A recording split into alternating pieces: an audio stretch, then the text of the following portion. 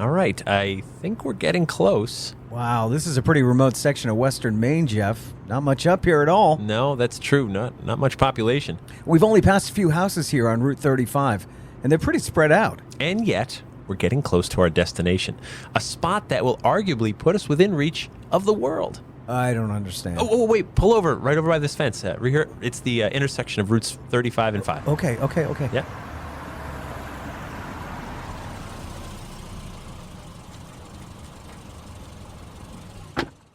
You see that sign over there by the side of the road? Yeah.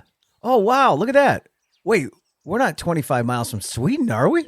I hope you brought your passport, Ray, because we've come to Lynchville, Maine, to visit not just Sweden, but Paris, Denmark, Peru, China, and more.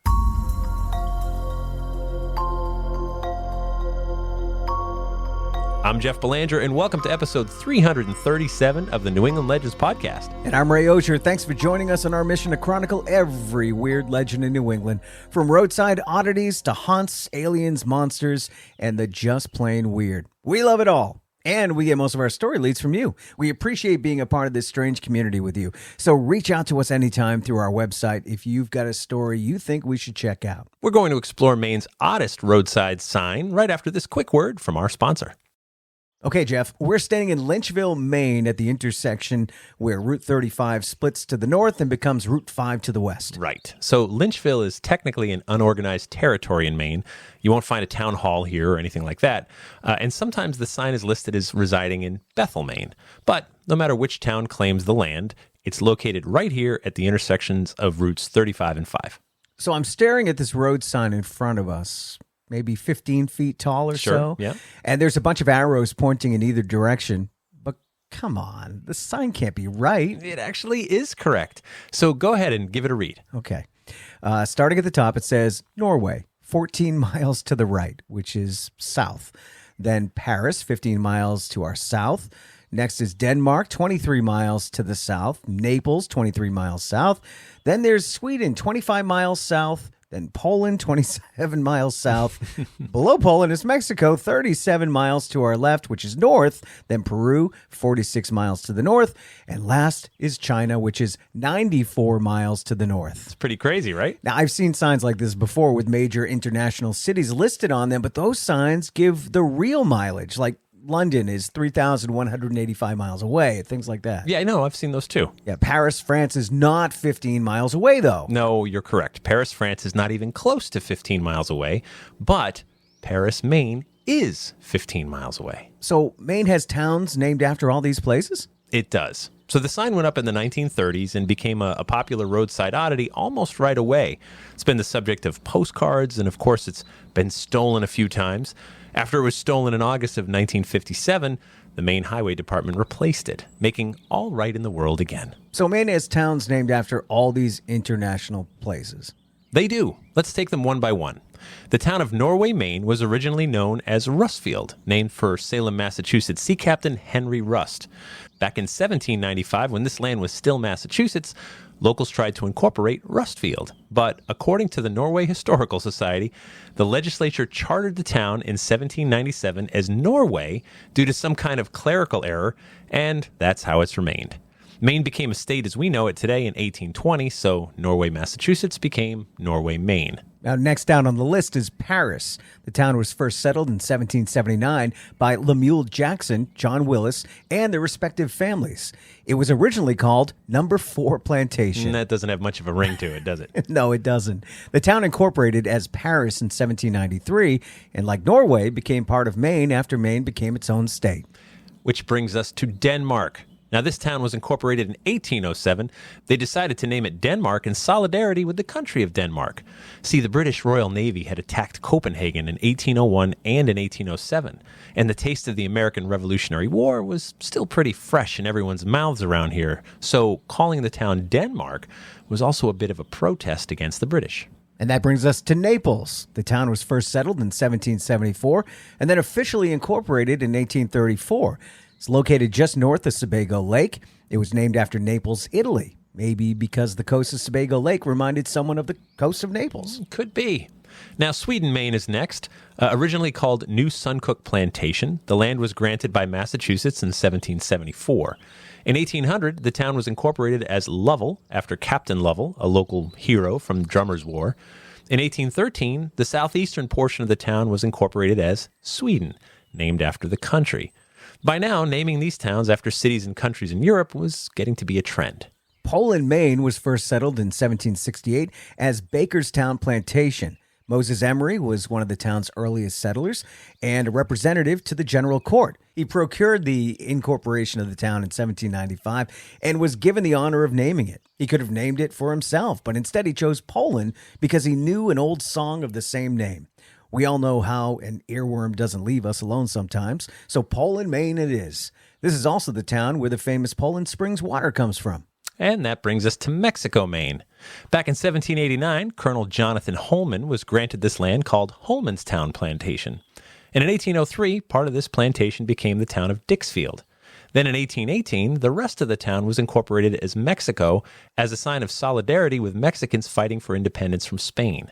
That war was waged from 1810 to 1821, so this town was named during the middle of the war. Speaking of independence from Spain, that brings us to Peru. This town was first settled in 1793, and in 1812 it organized as Plantation Number 1.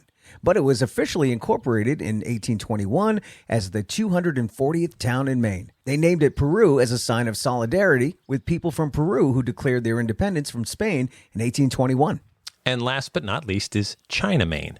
In 1774, the Jones Plantation was established. In 1796, the town was incorporated as Harlem, but in 1818, the small towns of Harlem, Fairfax, and Winslow were combined. Massachusetts legislator Japheth Washburn named the town China after one of his favorite hymns written by Timothy Swan of Northfield, Massachusetts. So we have 2 towns named after songs, 3 named in solidarity with countries fighting to throw out the king. One was a clerical error, and the rest were trying to be trendy. That kind of sums it up. And most of these towns were incorporated as Massachusetts towns before Maine became its own state. So we'll have to blame the trend and weirdness on Massachusetts. Still, I love this international flair way out here in the middle of nowhere, Maine. America is such a melting pot. So many of our cities are named after cities in Europe. Why not name towns too? It's a great reminder that all of our ancestors came from somewhere else. It's inspiring. And speaking of inspiring, back on January 3rd, 1942, the Bangor Daily News published a poem, an ode to this sign. We'll leave you with it. Should you wish to take a journey round the world and still remain far away from bombs and cannons, find that little town in Maine, where it's 14 miles to Norway and to Paris 1 mile more, or you may add another dozen miles and be at Poland's door. 37 down to Mexico, or scarce an hour's drive. But if Sweden is your preference, it's only 25. Then it's 23 to Denmark, and the same to Naples too. And a little spin of 46 will land you in Peru. Or perhaps you like the Orient. Well, that's just a little chore, for the signpost where you'll find all this says China, 94. D.R. Brown, Woodland, Maine. And that brings us to After the Legend, where we take a deeper dive into this week's story and sometimes veer off course. After the Legend's brought to you by our Patreon patrons. We love what we do, bringing you 2 stories each and every week, but it takes a lot of time and money to do it. And our patrons help us with the hosting costs, marketing and production costs, and everything else it takes to be with you 2 times per week. We'd love more help. It's just $3 per month, though some choose to give a little more. And for that, you get early ad-free access to new episodes, plus bonus episodes and content that no one else gets to hear. Please head over to patreon.com/New England Legends to sign up. And to see some pictures of this unique Maine sign, click on the link in our episode description or head to our website and click on episode 337. Now that's a roadside oddity. That is a roadside oddity. What a great thing. Someone noticed it. Someone put it up. I searched and searched. I could not find who originally put it up, but it first starts to show up in newspapers in 1940. Okay. And then it was stolen a number of times, as you can imagine. And then it's just become a thing. And now people will stop and pull over and park by the side of the road. There's enough room to pull a car or 2 over, Yeah. you know. You take your picture and, well, what more can you do there? You know what I mean? Right. In the past, there's been a little notebook in a container where you could log in for wherever you are. But there's no sightseeing to be done there, really? Nope, it's an intersection. It's a photo op. Pretty flat, yeah. But it's one of those things you probably drive by, and I do. Okay, now, but because we do what we do, right? If I drive by something weird, I know I should stop right away. Because in the past, I used to drive like 10 minutes down the road and go, I really wish I would have stopped and taken a picture I've been or something. there, yeah. So now I just know myself well enough. Like as soon as I see it, be like, find the next safe place to pull over and turn around, next street or whatever, because this is gonna gnaw at you the whole way home. And there's a story that you didn't stop to take a picture or a selfie or something stupid, and then look into it. Yeah, right. I know the first time that happened to me where I just knew better to stop. This was years ago. I was driving in Webster, Massachusetts, by Webster Lake. There is a strip mall. And the name of the lake is written across the entire top of the long strip mall. And that name is Lake Shagagaga Man Shagagaga Chibunamungabog. How do you remember that? Because when I was 3, my uncle had a place on the lake, and I learned it when I was 3. And that's the reason it stayed in there, is because I was so young, and I spent all afternoon annoying every adult at the lake until they would teach it to me over and over. So it just stuck in. So anyway, I stopped, and I'm like, you can't not take a picture of this. Sure. You don't see this anywhere, you know? And so that's one of the things I've learned. Have you ever looked into that? Is that the longest named lake? In the United States, it is the 3rd longest location in the world. But it is the third longest name. Most letters. Most letters, right. Most letters, yeah. Longest in the United States, though. Do you know what the other ones are? I don't know. Can you recite them, Jeff? Probably in another language that I didn't learn when I was 3. There you go, yeah. So give me a break for learning some Algonquin when I was that young, right? Yeah, and the funny thing is what it translates to is the bumper stickers will say, you fish on your side, I fish on my side, and no one fishes in the middle. Not quite true. What it translates to is there was the Manchog, the Nipmuc people and the Manchog, and the lake was the boundary. And so eventually some Englishmen built a mill more on the Manchog side. And so the name translates to the fishing place at the boundary where like the mill is on the Manchog sign. Like that's it? More or less, yeah, which doesn't flow. Not howdy neighbor? No, there was no howdy neighbor. Doesn't flow, right? But that's where it came from. You may have also noticed we didn't travel back in time. No, we didn't. No, I couldn't figure out how we would do that. Every time we do, I fear we'll never get back. So I'm glad we didn't this time. We stayed put this time. We just, gave you the rundown of how these towns came to be. I didn't know what else to do with it. But it's such a funny, freaky, weird sign. Yeah.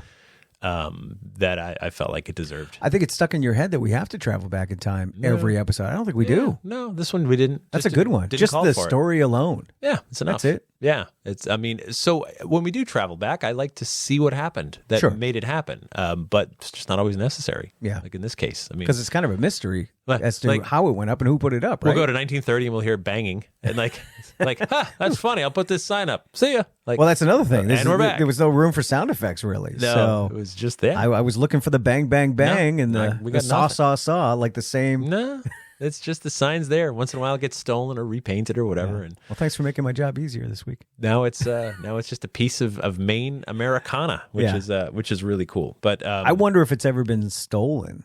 Yeah, we said that. Yeah, it's been stolen multiple times. Oh, okay. In fact, there was a newspaper article that talked about some sticky-fingered bandits had run off with it, and then the Maine Highway Department replaced it. Well, I think we should have dug into that and maybe went back to their youth and see what went wrong when they decided to steal something later in life. Maybe it was kids. Did you ever steal a street sign? Oh, yeah. Mm-hmm. Sure. Is that a felony? Because it absolutely is. We probably shouldn't admit it, but no, but what'd you steal? A neighborhood watch sign. Oh my God! Irony. I thought the irony was so good, and I was in college, right? And I brought it and I hung the sign on my college dorm wall, and I put a sign next to it saying "I stole this," which I thought would be even funnier. Yeah, right. Until the cops showed up. The irony, and they're just like, "Thanks."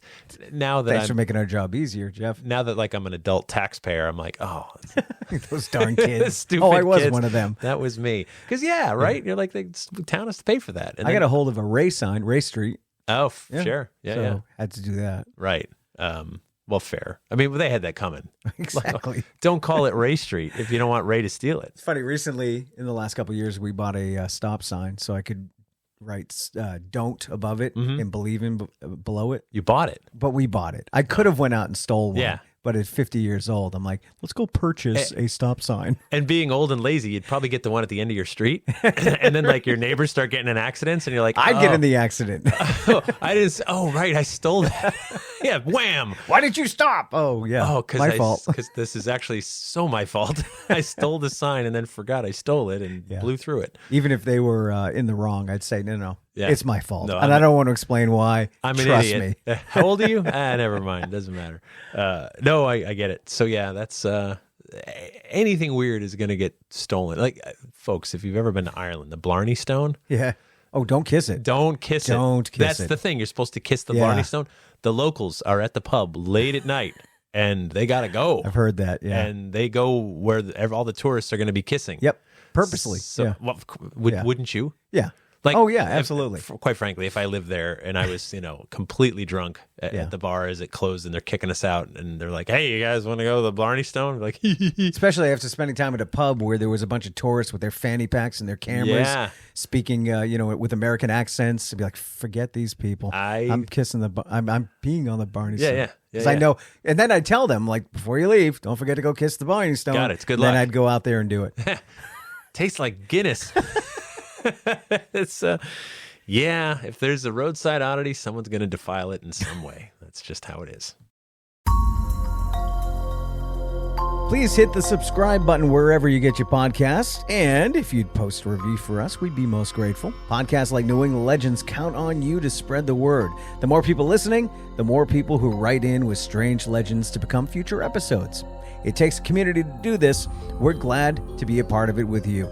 You can also join our New England Legends Facebook group for more ongoing weirdness. Would like to thank Marv Anderson for lending his voice acting talents this week. Thank you to our sponsors and to our Patreon patrons.